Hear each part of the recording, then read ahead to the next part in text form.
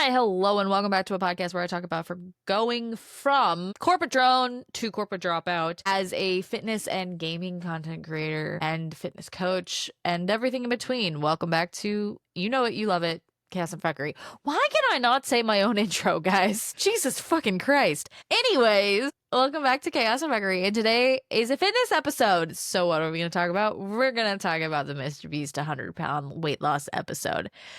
Because I've only watched it via Ludwig reacting to it because I refuse to watch MrBeast videos. I've never been a MrBeast fan. I don't know. Are the cancelings justified? I have seen many accounts of the Lunchleys having mold, and that could be a supplier issue. That could be so many issues that's not related to MrBeast, but I'm going to blame it on MrBeast. And I've had Feastables. They're not that good. I like Zaxby's, and Zaxby's did a partnership with him and Feastables. And I, as a Reese's Peanut Butter Cup lover, kind of want to go find the Reese's Feastable because you can't ruin my good thing. It's like the actual chocolate bar is okay. I don't even want to know what the macros on it. I didn't really think about it when I bought it from Zaxby's, clearly. But I want to talk about the video. For several reasons, I want to talk about the video. As a personal trainer, I put a lot of heart into my clients, so I can understand the relationship between Coach Wall and the subject of the video that I can't remember his name at the moment. Apologies. The idea, and yes, I understand it was his choice to continue the video, but is it really a choice in today's economy when you're staring down the barrel of $200,000+ right in your face? Is that really a choice? Especially given that, you know, if the intent was to be locked in this gym for a year, you're not doing another job. You quit your job to go do this video, and your family at home is now reliant on you making that. The idea that they kept filming and put this video out after that trainer's death, and I have not dug into the reasoning for that trainer's death. I have suspicions, just knowing the fitness industry, but I have not looked into it. So I'm not going to say one way or the other what should have happened there. But the idea to keep filming, I would have just given that man that money and said, here, go home, be with your loved ones. Don't take this time for granted. And honestly, that type of cash is a drop in the fucking bucket for someone like Beast. Like, that's nothing. They do videos like that all the time. And yes, it was a choice. But again, I state, was it really? And, you know, that's that aspect. The using the emotional plot line with the dramatic music and, you know, the fight for the mile to do it because he did it every day too. It makes good content, but it's not very humane. It's not very people forward, which is what the fitness industry is supposed to be. So putting that kind of mentality behind a fitness related video, I don't know. That one felt weird to me, continuing to film it. Not only continuing to film it, but also, you know, still putting the video out. I would have just said, hey, here's your cash, run with it. We'll follow up with you in a few months because of the next thing I'm about to say. When your entire goal is to live in a gym and lose 100 pounds, no fucking shit, you're capable of doing it. And this is no hate to the person that actually put in the work and did the 100-pound weight loss, because just simply doing it is hard, especially when you start severely overweight. Simply starting is one of the most difficult things, and continuing to do it. However, when you have all of the cards in your favor to make that win, and the person wasn't even close to the 1-year mark. I want to say after watching the video that they got out at like 120 days or 150 days or something like that. You still had a whole nother, you know, half of the year realistically to make that work. Drastic weight loss like that is unsustainable, for one, but also now that this person no longer has a personal chef in the form of a trainer or a personal chef literally coming in, a, you know, full stocked kitchen and meals and a meal plan that all they have to do is basically follow it, a fully stocked gym and nothing but time on their hands, will that weight maintain? And I will eat my words if this person keeps off the weight. But part of the story was I was doing a weight loss. I had something really rough happen to me, and then I gained it back and then some. So that to me as a fitness coach says I have a history of, big emotional events, and this is completely acceptable and normal and not, an issue, impacting my ability to maintain my lifestyle, which also says, hey, I might have done it a little extremely if I can't maintain it when I'm in emotional distress. It doesn't always say that because some people tend to, binge eat. But if you have a tendency to binge eat during emotionally distressing times and rely on food as a coping mechanism, same as if you are like me in my 20s and relied on substances as a coping mechanism for hard times, you should also be working with a mental health professional. Weight loss is more than just the physical realm. It is also very heavily mentally connected. And if you never fixed the root problem of why you binge eat, why you go to, such extremes when you're in emotional distress, you are never going to maintain any weight loss you've ever acquired. At some point, some emotional event will come along and you're going to have issues all over again. It might not be, gaining 100 pounds back after losing it, but it's still going to be a significant weight gain if you never address the binge eating problem to begin with, wherever it stems from. Trauma,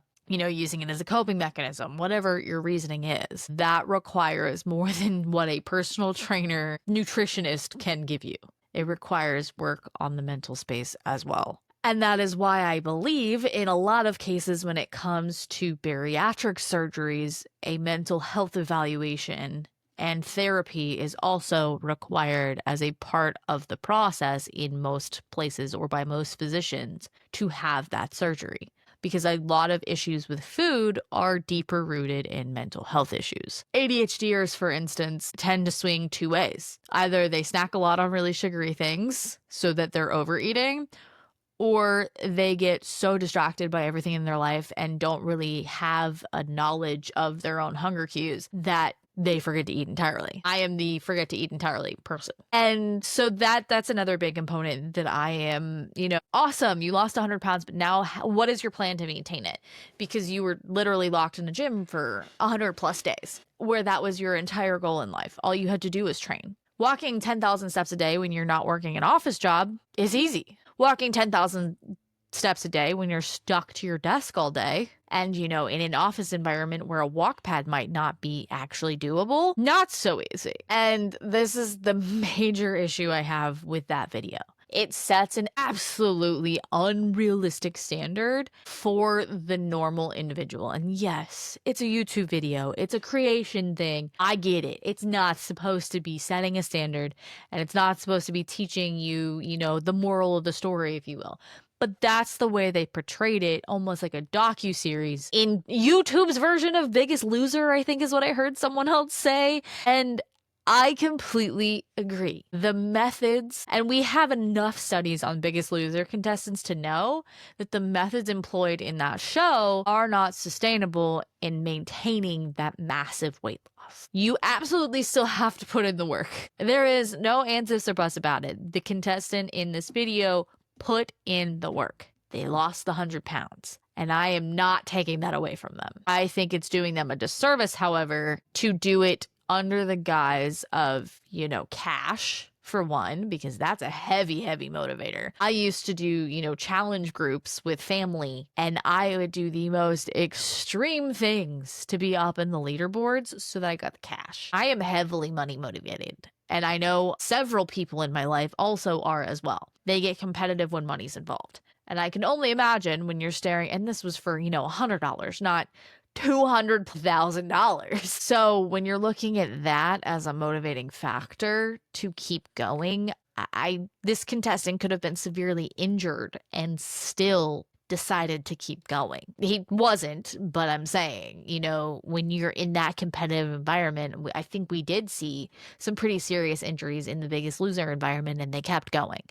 I also didn't love the mini challenges in the video, not because they aren't good. It's absolutely amazing to have mini goals along the way that aren't scale related. A mini goal to do a dead hang, a mini goal to do a pull up, a mini goal to run a mile at a certain pace. But the fact that they were set by not the person doing them, I have no interest in running a mile. Had I been challenged to, you know, increase my mile time, I would have given you a big middle finger. Like, I have no desire to do that. My steps come from, you know, watching while walking TV. And my cardio usually is roller skating or something silly like that, or swimming even. So at the end of the day, why are we... I love the promotion of mini challenges to gain more money, to gain more like skills or whatever it is. I love that. Didn't love the fact that, and maybe there was more behind the scenes that we don't know, and maybe those were goals set by the person. And if that's the case, I retract everything I'm saying. But if you're just throwing random challenges and, you know, motivated by money, obviously, I don't think $1,000 is enough for me to train like he did to cut off 5 minutes off of my run, right? I don't enjoy cardio that much. I just don't. That would drive me mad. And I would probably also get injured because I hate running. And I would push myself past the point where I should just to get it over with. And maybe I'm wrong. And those challenges were, in fact, you know, actual goals that that person wanted to gain along the way. At that point, great, awesome. I love that mentality. I love the mini challenges because at that point, not only are you getting more money, but it's challenging you to do something a little bit outside of the box of your normal training routine or train in a specific way for specific goals. Love that. But then we get back to the I'm locked in a gym where no one else is involved in my life, really, other than this camera crew and MrBeast, and my entire purpose is to work out. How do you translate that back into real life? And the reality is you don't. You try to keep steps, but it's going to be, you know, extremely disappointing when you get all the notifications from all your favorite bio trackers that say your trends are trending downward because you no longer can keep up with the demand that you once had inside that building. You can go, you know, work out once a day, but, you know, and the calories decreasing over time, that makes total sense, especially as you become a smaller person. However, there were levels that, you know, a full-grown man, that deficit was really, really steep. And I get it, they're doing a challenge, but coming back, reversing that, right? Gaining your metabolism back. Because one thing I did enjoy is this challenge wasn't solely focused on, you know, cardio-based things. A lot of it was weight training and, you know, the basketball, and it was a mix of different types of fitness and the personal trainer coming in as like a nutrition and guidance. I didn't see an actual nutritionist in that video anywhere, unless I am misunderstanding the coach's credentials. And that bothers me a little bit as a personal trainer and nutrition coach, because from how the video portrayed it, the contestant was put on a, you know, diet plan. And if it was just, you know, macros and calories, great, cool. But if they were saying to eat specific meals at specific times, then we're bridging on out of scope for a traditional personal trainer or nutrition coach. Now, I'm not saying that, you know, someone was practicing out of scope because I don't know. And I haven't done my research specifically that. But if that is the case where there was a diet plan involved, then I take a little bit of issue with it, just because we as nutrition coaches are not supposed to be broaching into the territory of dietitians and nutritionists where they're giving diet plans and exact meal plans. Macros and calories, good, fine. Diet plans, specific meals, not so much. You can give recipes and say, hey, I recommend some of these things that I've built, but not actual day-to-day, like you eat this for breakfast, this for lunch, this is a snack, and follow this to a T. That is where you start getting out of scope as a personal trainer and nutrition coach in most certifications. I don't know of a nutrition certification that allows you to give meal plans, but I could be wrong. I only have, you know, I have a nutrition coach. I have a nutrition certification from NASM, and I have a nutrition certification from NCI, previously the Nutrition Coaching Institute. I don't know if they've changed names recently. I didn't really pay that close attention. Anyways, those two things, neither of those programs allow you to give direct meal plans. And I'm okay with that. I don't want to be that responsible for a client. If they need that level of accountability that they can't, build meals around macros and calories, then that is something beyond my scope and I can send them to a professional. I'm okay with that. And I want to make sure that, people understand that as well, because I do see a lot of personal trainers and nutrition coaches in the space currently way out of their scope. I see some of them trying to also be like life coaches and masquerade as mental health professionals. And that is why the fitness space is so convoluted right now, is people are, and, a lot of mistrust in medical professionals. If we are science-based personal trainers, science-based nutrition coaches, if we believe in the science behind our own entities, we should believe in the science, both holistic and traditional medical training in those spaces. Now, not all doctors are good doctors, and I'm not going to say that, because some are scammy and some are gross, and some will try to sell you MLM products, which is also scammy and gross. But that doesn't mean there should be an immediate mistrust in all of those professionals. And that is, a growing trend I've seen in the fitness space when things like personal trainers start bounding their scope a little further than it should be. And that was really something I noticed, but it's not a huge issue because there was no real confirmation in the video that it was a diet plan, but more I stuck to my macros and calories kind of thing. So I'm not gonna call that as this person was practicing outside of their scope for a YouTube video. That's not my job. I'm not NASM. I don't have to, revoke people's certifications for practicing outside of their scope. However, I do believe that if you do have a trainer who is in fact practicing out of their scope and you do have their credentials, reporting them is important so that we can continue to weed out the bad guys in this industry. And there are a lot of them. And we are not as regulated as I believe we should be. But that's a conversation for a different day. This video is a great emotional journey, but it sets a bad thought process, especially when we are in a world of fitness that is pushing towards red pill ideals, if you will. When people already think that, people that are overweight are just fat and lazy, and well, this guy could do it, you can too, and he lost 100 pounds in 100 days. Why aren't you doing it in 2 months? The realities are two different worlds. Could I get to my goal weight in less than 6 months if all I had to do was go to the gym? Abso-fucking-lutely. If I lived inside of my gym and all I had to do was stumble out to my gym, I would probably, work out my way through video calls because it's easy. It's easy to just walk out and train. And, I would probably, pace around my gym or hang out on the treadmill all fucking day. But that's not realistic. It's just not. And that is the part that I don't think people really truly connect with. That video is not what everyone is capable of. Biggest Loser was not what everyone is capable of. You as an individual should not feel bad if you are not moving on the same pace as someone next to you when it comes to weight loss. There are some people that will plateau and then big cliff more often than not. There are some people that'll steadily tick it down 1 pound, 2 pounds at a time. There are some people that will, have really big drops and then slowly tick it down. And then have another really big drop and then slowly take it down. There are some people, every person is different. So the idea of, consistently having 20-pound weight loss months is kind of insane. That is not the normal. The average weight loss is 2 pounds a week. So that would be 8 pounds a month. To consistently hit 20-pound months, and yes, when you are bigger is more difficult, or it is easier for you to take large amounts of weight off. But in this, test case, the results were 20 pounds a month almost every month, somewhere between 15 and 20 pounds almost every month. And that is unrealistic. That is not normal. And a lot of that comes from the fact that you were inside of a gym working out pretty much every minute of the day unless you're sleeping or eating. And the eating part is very heavily controlled because you are only capable of accessing what is available to you inside this giant compound. Whereas, real life, oh, my kids just got out of soccer practice, let me stop at McDonald's. Oh, I kind of want a milkshake. Like those kind of decisions aren't in front of you when you're locked inside of a compound.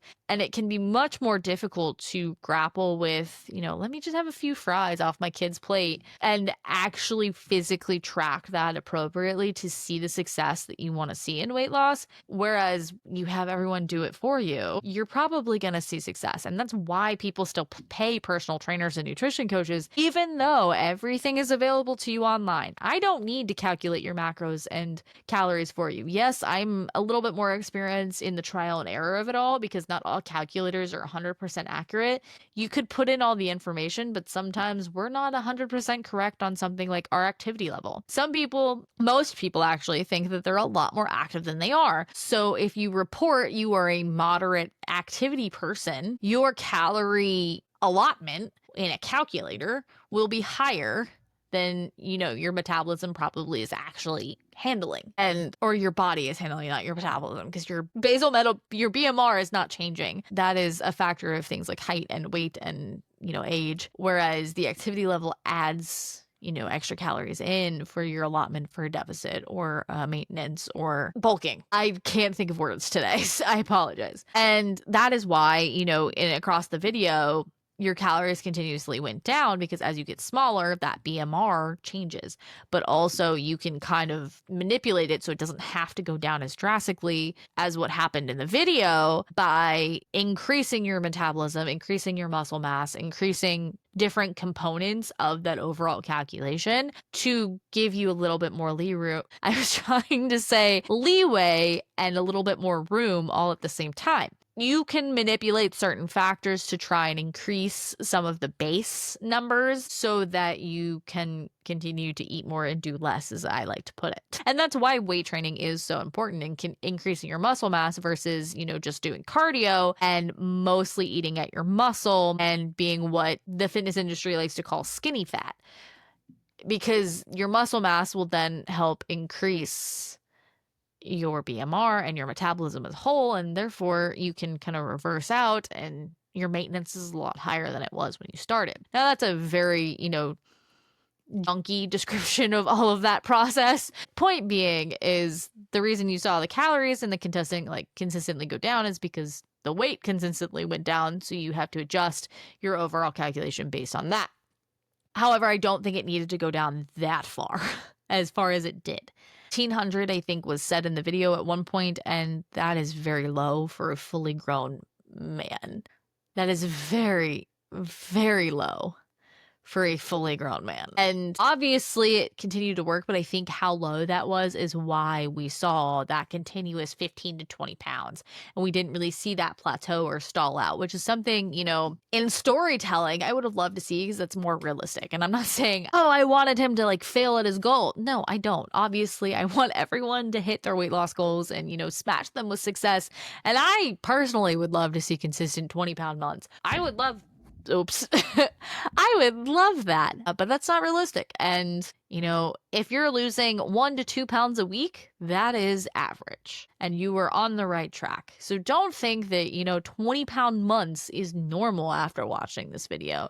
And I know most people know that, but it's just slop. It's fitness slop. Let's be real. You use the emotional connection to the coach and the deaths that happened during the video to, be that final catalyst to get to these last things. You use another big fitness YouTuber, Jeff Nifford, whatever his fucking name is. He's one of the he's pretty good. I just can never think of his name. I don't know why. I watch him in a lot of Will Tennyson videos and things like that. But the guy that added an extra 10K or whatever for the pull-up and helped him, train through that. Awesome, great. He's a pretty decent, fitness creator, but you use that connection to say, hey, I know what I'm doing with this video. You use a real personal trainer to say, hey, I know what I'm doing. But the reality is it's still shaped for content and it's not showing a realistic journey. Obviously not being no one's going to say being locked in a gym is realistic. That's not normal, but it also doesn't show a normal weight loss journey in the sense that the numbers you see on that scale are extreme. They are absolutely not normal in the typical weight loss space. To lose 100 pounds in 100-ish days, I think it was a little over 100, is basically losing a pound a day. And that, while not impossible, clearly, is not normal. And I think will either super motivate people to do extreme things to get to their goals because they said, this person can do it, I can do it too. Or very much so demotivate people to be able to hit their weight loss goals because what they're seeing on the scale, what they're seeing in their mirror is not the same as this success story. And it also might lead, I'm not saying this is true, but it also might lead to a distrust in trainers who aren't willing to put their clients through drastic things to see immediate results and then taper them down to reality. Because the reality is from a marketing perspective, a lot of personal trainers and nutrition coaches will run these 30-day challenges or whatever and guide the people in those challenges through some pretty drastic stuff to see results to then upsell them into their program where they're going to go, we're going to slow that down. We're going to taper that. And I think doing stuff like that also leads to mistrust in trainers, right? Sustainable methods are important to preach not only in your content, but also in just your coaching programs, right? I wouldn't want to bring a bunch of people in to do 30 days with me. I would rather do a 30-day habit building challenge with clients than I would say, we're going to make you lose 10 pounds in 30 days, because that means I have to put all of these people that are either coming into a challenge for free or paying me or whatever it is to do extreme things, to, do the 10 pounds. And 10 pounds isn't even that extreme in 30 days. Depending on where you started, obviously, but it would still require a steeper deficit than most people are willing to start with, especially if they are living in a binge eating style already. If you're starting with binge eating and you say, let's do 1,500 calories, that's fucking insane, and you should not trust a trainer who does that. Truthfully. And this is why I don't like challenges, because it is hard to, say I have 50 people on a challenge, tailor everything for each individual, because at that point I'm just coaching them all for free. And I don't mind that. I love doing free coaching and scholarship clients that actually want to put in the work. I love that. I do.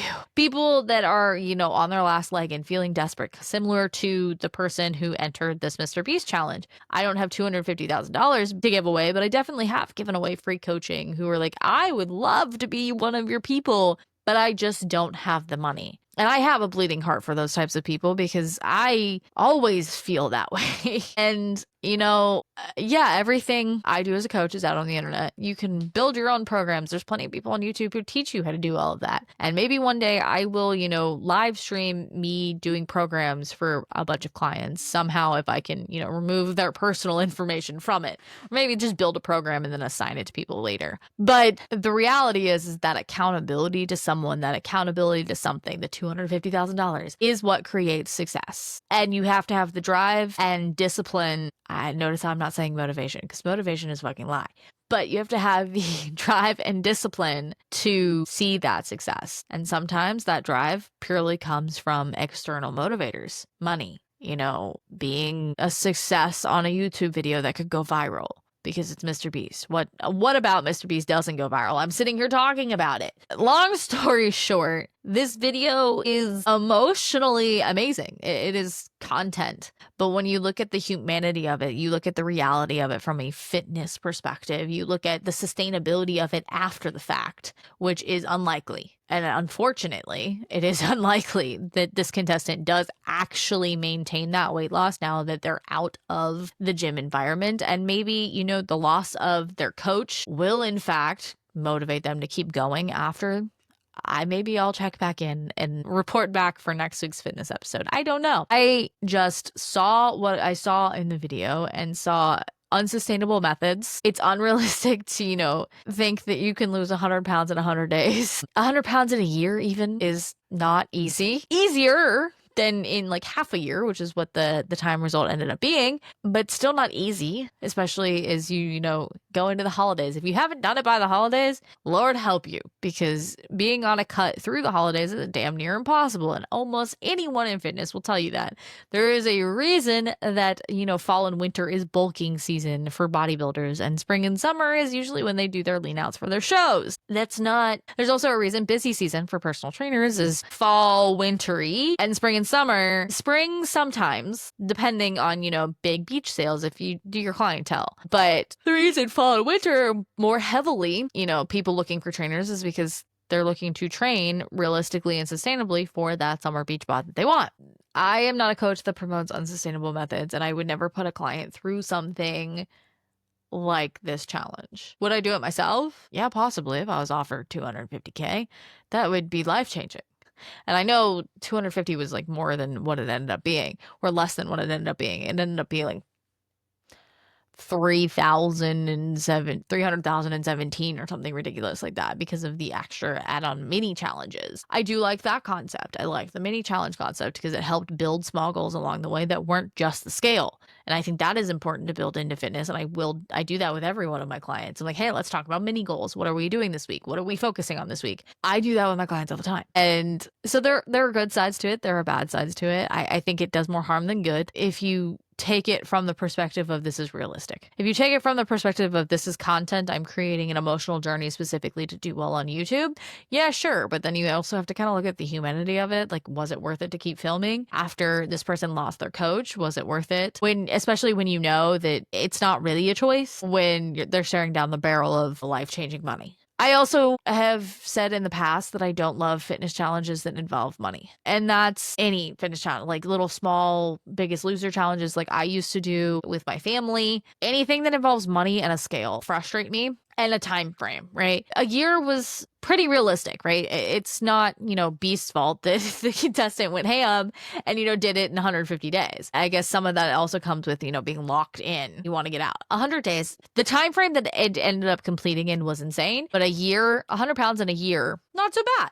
Not so bad. But, there's an extra push of wanting to get out earlier just due to, being locked in gym and being locked away from everybody. That. However, I'm not a big fan of anyone putting a time frame on scale related results because every body is different. And if you're motivated purely by money, you're also then going to be motivated to do extreme things to be the winner of that challenge. I don't like prize pools. When it comes to scale, if you make it more than scale or scale it in somehow so that, a smaller person who only has 5 pounds to lose has a way of scaling up to be the top person, even when competing against people who have 20, 30 pounds to lose. Yeah, okay, maybe we can figure it out. But I still don't like money being a factor in weight loss because it is a motivator to do extreme things to win the money, especially when it's something like life-changing $250,000. Like Biggest Loser and other like fitness shows that have existed throughout time. When you're staring at life-changing money, you're going to do anything you can to try to get there. And I think that's where my personal ick. It's not a fitness thing. It's more of my personal ick with trainers and such doing challenges that involve money and people competing against each other purely for scale gain. And there being no kind of balancing act between other successes like inches, percentage of total body fat or whatever you want to make it, right? I want to participate in all of those things separately because, scale is finicky. She's a finicky bitch. And I think that's the other reason I don't like goals being solely scale based, right? This whole video was based around losing 100 pounds. Well, he could have lost, 90 pounds and gained 5 of muscle and been stuck in that because he hit his like natural body weight or whatever for an extreme amount of time.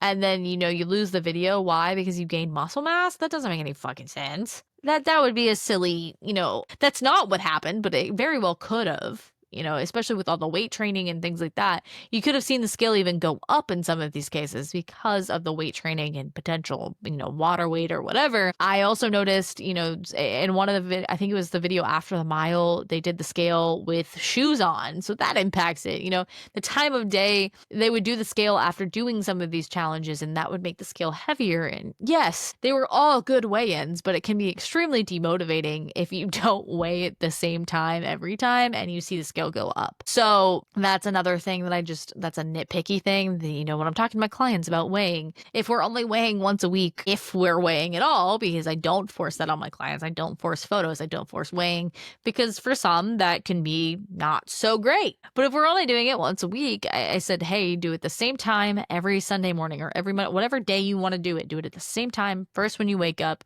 like that is your routine. And that way you get the cleanest shot. But Most of my clients aren't in a place that they're okay with weighing every day, but I am now in a place where it is okay for me to weigh every day, and it sucks sometimes. You can tell the impact, but it has helped me, guide different things with my nutrition, because you can tell if you ate something salty or carby or whatever the night before in that next weigh in the next morning. And that's kind of my little nitpick on, when they were weighing, right? It had, I'm surprised in the narrative of telling a video, right? I'm surprised that all of the weigh-ins were positive, because usually, and I guess there was enough of a catalyst for change when the coach died, because usually, in those stories, even on Biggest Loser, the most catalyst for change and the most fight comes out of, a bad weigh-in, where the scale went up or the scale didn't move at all, and you just can't figure out why. That's usually the weight loss story. Every coach has used it as like some marketing tactic in the world. And so that was an interesting thing I noticed about that video, is there doesn't seem to be any consistency on wait time. And,